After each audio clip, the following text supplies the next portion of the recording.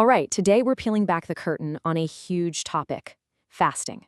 We're going to explore the body's incredibly complex response when you stop eating, and you'll see how it performs this amazing, high-stakes balancing act just to keep everything running smoothly.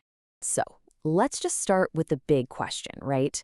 What really happens inside your body when you just press pause on eating? I can tell you, it's a lot more than just your stomach rumbling. There's a whole world of activity going on under the surface.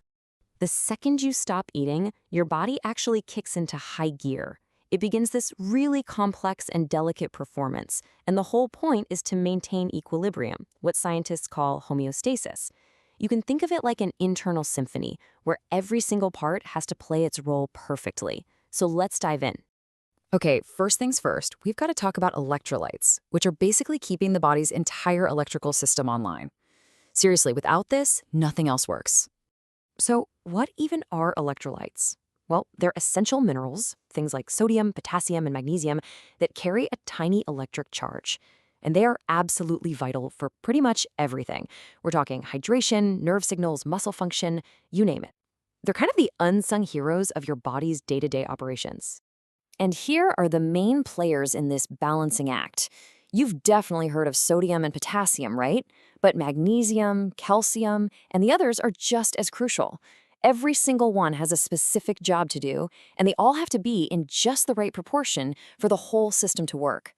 Which brings us to a really critical question. How does the stress of fasting, and it is a stress on the body, affect this super delicate balance? Does it just throw everything into complete chaos? Or does the body have a way to adapt?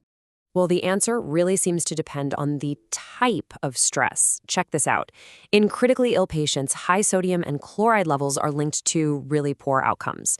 In cattle that aren't getting enough energy, their potassium and calcium levels just plummet.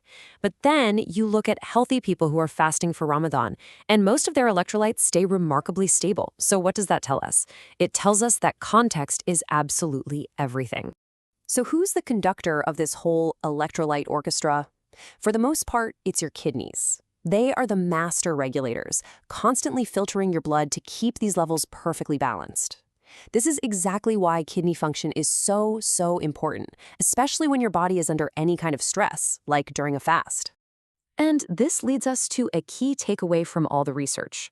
One study on athletes found that getting enough electrolytes during stress, in their case it was intense exercise, was totally vital. But that principle applies here too. Whether the stress is from running a marathon or from fasting, maintaining that electrolyte balance is just non-negotiable. Okay, let's shift gears. Time for Act 2 of our little performance, navigating blood glucose levels. This is all about the body's fuel management system. You know, your fasting blood sugar isn't just about what you ate last night. It's way more complex. It's influenced by a whole host of things: your body composition, how active you are, the health of your liver, your hydration status, and even tiny amounts of inflammation in your body. They all have a part to play. Let's zoom in on the liver for a second, because this is pretty interesting. Research from Jung and their team shows there's a clear warning signal. When certain liver enzymes are elevated, it often points to something called oxidative stress. And that, in turn, is a pretty strong predictor for developing impaired fasting glucose later on. It's like a chain reaction that gets kicked off right there in the liver. And the plot thickens. Another study found that even in people with perfectly normal fasting glucose, two other markers can predict future trouble: high uric acid and an inflammation marker called HSCRP. This is especially true for folks over 50, and it just goes to show you how deeply metabolism and inflammation are tied into glucose control. But here's the thing, the body's response isn't one size fits all. One fascinating study looked at how all this stuff relates to how well our brains work, and they found a huge difference between men and women.